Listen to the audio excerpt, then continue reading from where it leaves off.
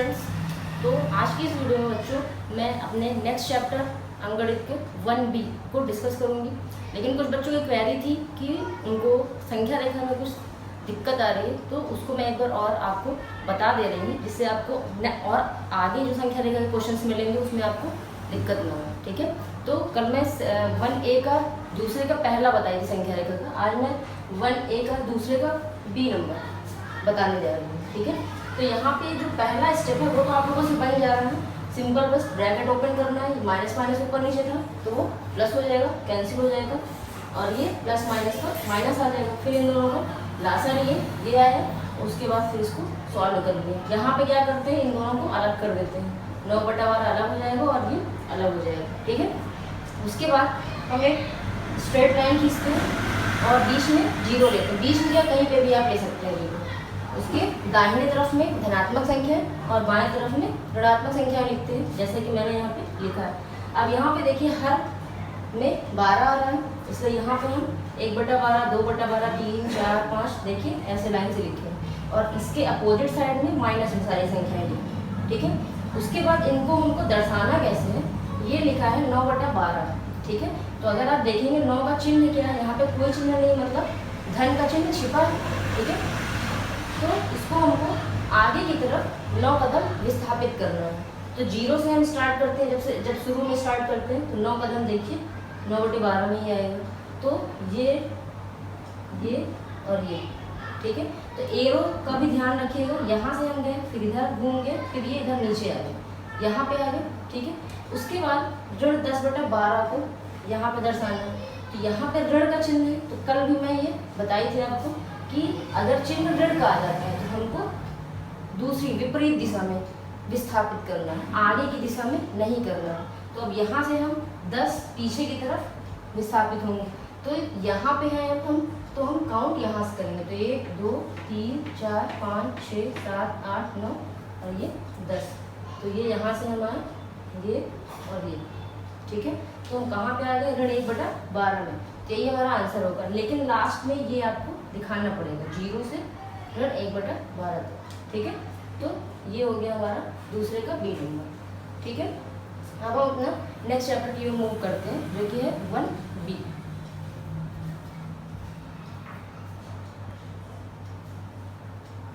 जो 1B का question है, ये पहले क्वेश्चन में दिया है कि 4 कथन दिए हुए हैं और इसमें ये बताना है कि कौन कौन से इसमें सही है और कौन कौन से गलत है। ठीक है, तो हम इन्हें 1 बाई 1 सॉल्व करके चेक कर लेंगे कि कौन कौन सा इसमें सही है और कौन कौन सा गलत।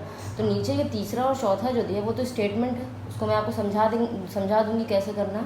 लेकिन जो पहला और दूसरा है उसको हम सॉल्व कर लेते हैं। तो पहले वाले में क्या करना है कि हमें देखना है कि ये दोनों क्या है, ये इसके इक्वल है। ठीक है, इसको कैसे करेंगे, जैसे नॉर्मल आप सॉल्व करते हैं वैसे इसको सॉल्व कर लीजिए, ब्रैकेट ओपन करके।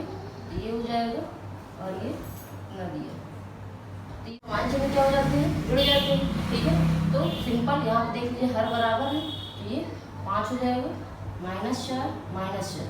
ठीक है, और यहाँ पे -8/5 पहले से दिया था, दोनों जुड़ जाएंगे, -8/5। दोनों इक्वल आ रहे हैं, दोनों बराबर आ रहे हैं। तो पहला वाला क्या होगा, ट्रू होगा, मतलब सत्य होगा। ठीक है, अब ऐसे दूसरा देख लीजिए। दूसरे में क्वेश्चन में क्या दिया है कि इसको सॉल्व करके ये देखना कि क्या ये परिमेय संख्या है या नहीं है। ठीक है, तो सॉल्व कर लीजिए। इसके नीचे 1 मत लीजिए, कल मैं इस तरह का एक सवाल आपको करवाई हुई थी। तो कैसे करेंगे, -6 लिखा है, लिख दीजिए। इसका इसमें क्या करेंगे, मल्टीप्लाई करेंगे। तो 7 6 42 और यहाँ प्लस था तो प्लस लगा दिए और नीचे ये 7 आएंगे। ठीक है, क्या हो जाएगा, विपरीत चिन्ह क्या हो जाते हैं, घट जाते हैं। घटा दीजिए, 42 में से 6 घट जाएगा, कितना आ जाएगा, 36/7। अब इन दोनों में बड़ा कौन है, 42 से चिन्ह प्लस है तो यहाँ पे प्लस आएगा। तो 36/7 ये परिमेय संख्या है या नहीं है। ठीक है, लेकिन आपके क्वेश्चन में स्टेटमेंट में क्या दिया है कि ये वाला एक परिमेय संख्या नहीं है ना, ये क्या है, असत्य है, मतलब ये कथन क्या है, असत्य दिया। ठीक है, अब तीसरा और चौथा स्टेटमेंट पढ़ लेते हैं। क्या दिया है, तीसरा स्टेटमेंट दिया है कि 2 परिमेय संख्याओं के जोड़ने का क्रम बदलने पर योगफल वही रहता है। ठीक है। तो अब अगर हम आपसे बोलें कोई भी दो परमीय संख्या ले लीजिए, 3 और 4, 3 और 4 को जोड़ेंगे तो कितना आएगा, 7 ही आएगा, है ना। अब अगर 4 और 3 को जोड़ें तो भी कितना आएगा, 7 ही आएगा, है ना। तो परमीय संख्याओं को जोड़ने का क्रम अगर हम बदलें तो उससे कोई फर्क नहीं पड़ता, योगफल वही रहेगा, ठीक है। तो तीसरा स्टेटमेंट भी ट्रू है, मतलब सत्य है। चौथा देख लीजिए, 3 परमीय संख्याओं का योगफल परमीय संख्या नहीं होती, चाहे आप जितने परमीय संख्याओं को जोड़ दीजिए वो कितना आएगा, एक परमीय संख्या ही मिलेगा। जैसे मान लीजिए 1 2 3, तीनों को जोड़िए कितना आएगा, 6 आएगा। तो 6 भी क्या है, एक परमीय संख्या है, ठीक है। तो ये स्टेटमेंट क्या है, गलत होगा, ठीक है। तो पहला सही, दूसरा गलत, तीसरा सही, चौथा भी गलत, ठीक है। अब हम बात कर लेते हैं क्वेश्चन नंबर दूसरे की। दूसरे में क्या करना है, दूसरे नंबर में ये बोल रहा है कि इसको पहले आप इसका योग निकालिए अर्थात जोड़िए और उसके बाद बताइए कि क्या ये परमीय संख्या है कि नहीं है। तो वैसे आप इसमें एक चीज़ ये ध्यान रखिएगा बच्चों कि परमीय संख्या कभी भी आप दो परमीय संख्याओं को जोड़ेंगे तो उसका योगफल हमेशा एक परमीय संख्या ही प्राप्त होता है, ठीक है। तो इसको आप डायरेक्ट भी कर सकते हैं, जैसे फिलहाल अगर बोला है जोड़ने के लिए तो आप जैसे 1A में किए हैं एलसीएम लेके, वैसे इसको भी आप कर सकते हैं। जैसे एक मैं इसको बता दे रही हूँ, दूसरे का पहला -3/4 और लगा, और का मतलब क्या होता है, जोड़, ठीक है, मतलब प्लस होता है। तो -3/4 +3, ठीक है। इसको कैसे सॉल्व करेंगे अभी हम बताएं, ये -3 ऐसे ही लिख दीजिए, 4 × 3 12/4, फिर 12 में से 3 कट जाएगा क्योंकि ये क्या है, विपरीत चिन्ह है, एक माइनस एक प्लस, विपरीत चिन्ह में से कट जाता है। तो 12 में से 3 है 9/4, प्लस माइनस में प्लस बड़ा है मतलब 12 बड़ा है तो प्लस आ जाएगा, तो 9/4 आ गया। तो इसमें क्या लिखा था कि योगफल परमीय संख्या है या नहीं है, तो आंसर क्या होगा, है, ठीक है। ऐसे ही दूसरा भी सॉल्व कर लीजिएगा, वो भी आपका आंसर क्या आएगा, है, मतलब परमीय संख्या रहेगा ही रहेगा, ठीक है। तो एक स्टेटमेंट यहाँ पे दे रखा है, उसको आप ध्यान रखिएगा, कभी भी दो परमीय संख्याओं को हम जोड़ेंगे तो आंसर जो आएगा वो भी एक परमीय संख्या ही होगा, ठीक है। अब हम आ जाते हैं क्वेश्चन नंबर तीसरे में, 1B का तीसरा। इसमें क्या करना है कि दोनों पक्षों को हल करके हमें सत्यापित करना है। तो जो हमारा तीसरा क्वेश्चन है उसका जो पहला है वो ये क्वेश्चन है कि इसमें करना क्या है, हमें इस पक्ष को हल करना है, इस पक्ष को मतलब लेफ्ट हैंड साइड को और राइट हैंड साइड को अलग अलग सॉल्व करना है और सिद्ध करना है कि दोनों पक्ष क्या है, बराबर है। तो इसको हम कैसे सॉल्व करेंगे, जैसे नॉर्मल अभी तक हम करते आए हैं लासा लेके, ठीक है। सबसे पहला स्टेप क्या है, ब्रैकेट को तोड़ना। वैसे बिना ब्रैकेट तोड़े आप स्टार्टिंग से कर सकते हैं, लेकिन आपको प्लस माइनस में बीच में प्रॉब्लम होगी, ठीक है। तो मैं यही सजेस्ट करूंगी कि आप जब इसको सॉल्व करिए तो सबसे पहला स्टेप हम ब्रैकेट को ओपन करिए। इससे क्या होगा कि प्लस माइनस वाला जो भी है उसको आप स्टार्टिंग में ही सॉर्ट आउट कर लेंगे, ठीक है। कैसे, देखिए यहाँ पे ये ब्रैकेट ओपन होगा, -5/8, आगे कोई चिन्ह नहीं है तो ये माइनस है तो माइनस रहेगा, इसमें कोई चेंजिंग नहीं होगी। लेकिन जब ये वाला ब्रैकेट ओपन करेंगे तो ये माइनस ये प्लस क्या हो जाएगा, माइनस हो जाएगा, 9/13, ठीक है, इक्वल। यहाँ पे भी देख लीजिए ब्रैकेट ओपन करेंगे तो यहाँ पे क्या है, 9/13, आगे कोई चिन्ह नहीं है तो यहाँ पे माइनस जैसे था वैसे ही माइनस हम लगा देंगे, ठीक है। अब ये वाला ब्रैकेट ओपन करेंगे तो प्लस माइनस का -5/8, ठीक है। अब सॉल्व कैसे करेंगे, 13 और 8 का लासा ले लीजिए, ठीक है। कितना आएगा, 104, 8 से 104 में भाग करेंगे कितनी बार जाएगा, 13 बार, गुणे -5 माइनस ये कितनी बार जाएगा, 8 बार जाएगा, ये माइनस था इसलिए यहाँ पे माइनस आया, ठीक है। फिर उसके बाद 13 का भाग करें 104 में, 8 बार गया, गुणे अंश में क्या लिखा है, 9 लिखा है, ठीक, बराबर का चिन्ह है, बराबर। ऐसे ही सेम यहाँ कर लीजिए, यहाँ पे भी यही हो जाएगा, 13 और 8 का 104 आ जाएगा, 13 का नीचे भाग करिए कितनी बार जाएगा, 8 बार जाएगा, गुणे ऊपर -9 लिखा है, -9 आ गया, फिर माइनस लगा है, माइनस लगा दीजिए, फिर उसके बाद 8 से भाग करिए 13 बार जाएगा और गुणे 5 आ जाएगा। यहाँ पे अगर आपको डाउट हो तो यहाँ पे आप छोटा ब्रैकेट लगा सकते हैं, ठीक है, क्योंकि दो चिन्ह एक साथ आ रहे हैं, ठीक है। अब हम क्या करेंगे, गुणा करेंगे, 13 बचे 65, -65 -9 72/104, ऐसे ही इसका कर लीजिए, नॉट है 72, ये माइनस है तो माइनस, ये दोनों माइनस माइनस प्लस नहीं होगा, ध्यान रखिएगा, क्योंकि इसका गुणा आगे अगर कोई माइनस प्लस होगा तब हम उससे करेंगे, पीछे से हमें मतलब नहीं है, पीछे वाला चिन्ह पीछे वाली संख्या के लिए है, ठीक है। यहाँ करिए 13×65/104। अब देखिए दोनों में ऋण चिन्ह है, तो ये चीज़ मैं पहले बता चुकी हूँ, समान चिन्ह हमेशा क्या होता है, जुड़ता है, ठीक है। समान चिन्ह है ऋण ऋण, ये दोनों भी जुड़ जाएंगे, 5 2 7 7 6 13, जुड़ तो जाएंगे, दोनों में ऋण है इसलिए ऋण आ जाएगा, ठीक है। ऐसे यहाँ पे भी देख लीजिए, ये दोनों भी क्या हो जाएंगे, जुड़ जाएंगे, क्योंकि दोनों में ऋण का चिन्ह लगा है और ऋण आ जाएगा बटा 104। अब देखिए दोनों पक्ष बराबर आ गए, तो क्या लिख देंगे, लेफ्ट हैंड साइड बराबर राइट हैंड साइड, इति सिद्धम, मतलब दोनों पक्ष क्या होगा, सत्यापित होगा। ऐसे ही इसमें के 2 क्वेश्चंस और दिए हुए हैं, सेकंड और थर्ड, एक बार अपने से कोशिश करिएगा, नहीं बनता है तो अपने नेक्स्ट क्लास में उसको भी डिस्कस करिएगा, ठीक है। इसको एक बार आप नोट डाउन कर लीजिए।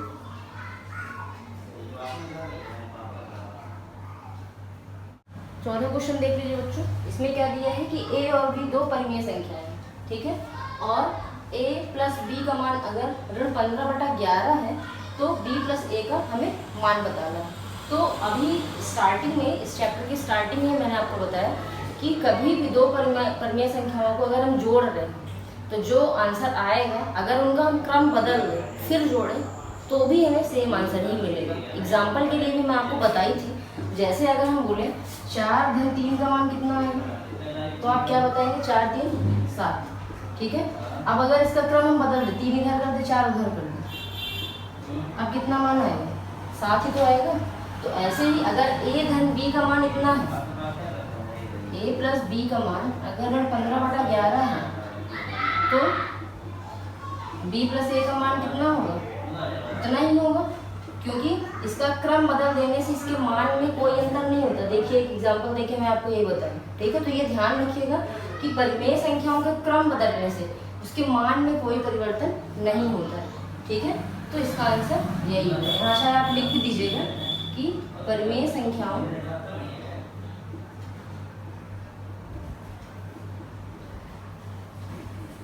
के क्रम बदलने से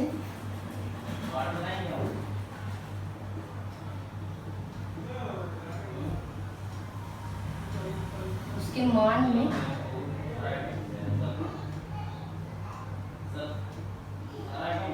कोई परिवर्तन नहीं होता है।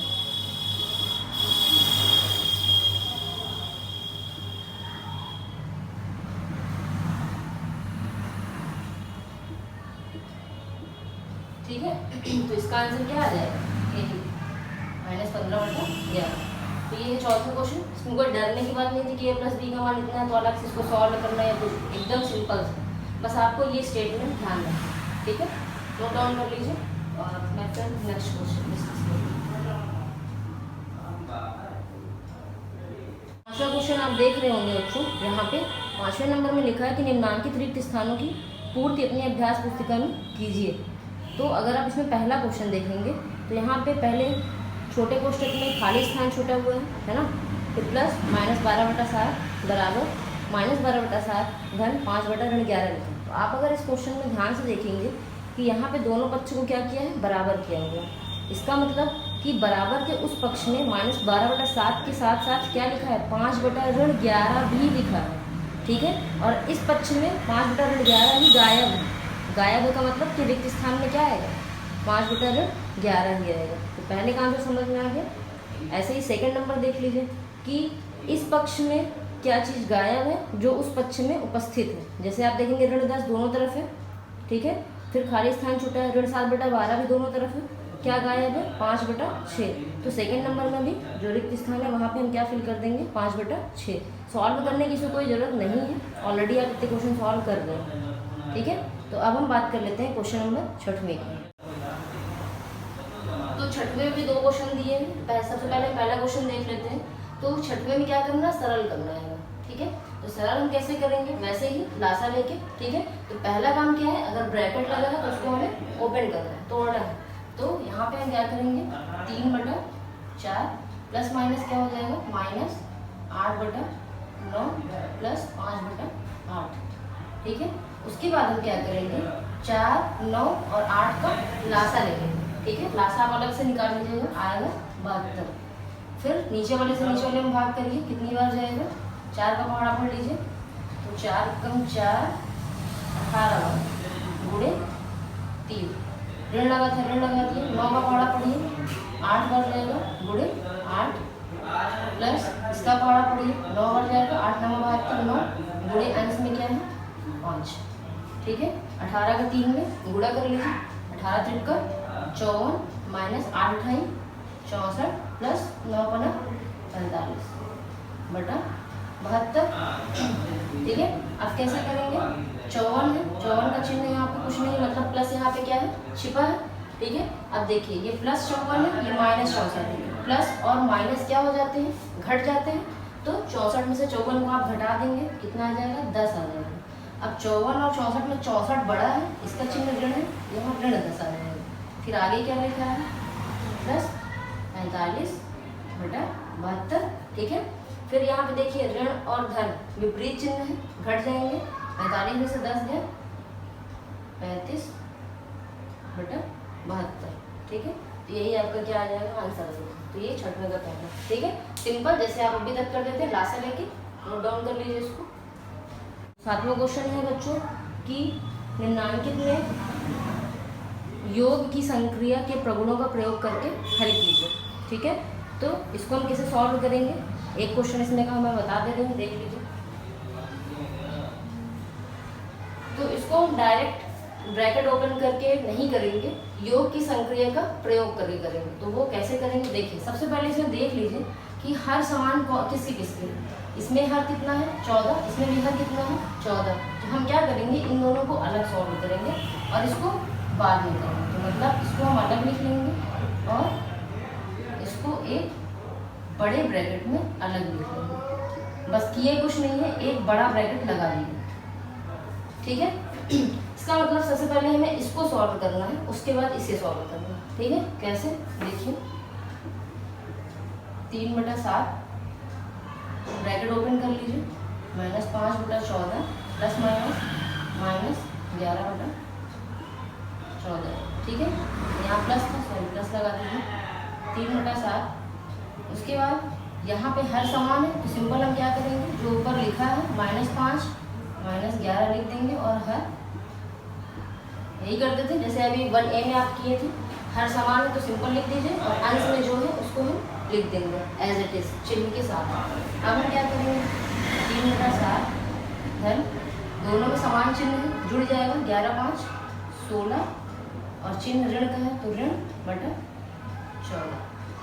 अब हम इस ब्रैकेट को ओपन करेंगे जिससे ये और ये चिन्ह का क्या हो जाएगा, गुणा हो जाएगा। ठीक है, तो ये कितना आ जाएगा, 3/7 प्लस माइनस का -16/14। ठीक है, अब आप इसको लासा लेके हल कर लीजिए।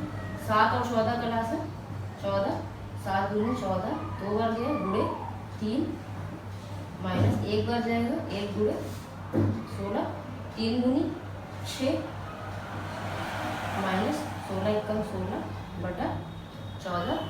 घटा दीजिए 16 में से 6 10, 16 बड़ा है इसलिए माइनस का 10 बटा 14, काट दीजिए, 2 पंचे 10, 2 सत्ते 14, आंसर कितना हो गया -5/7। ठीक है, तो इसे ऐसे सॉल्व करना है, जो समान है वाला उसको अलग सॉल्व करना है और जो नहीं है उसको अलग, लास्ट में उसके साथ फिर मिक्स करके सॉल्व करना है। सिंपल वैसे ही हुआ है जैसे आप लासा लेके करते आए हैं। ठीक है, तो ये है योग की संक्रिया की विधि से।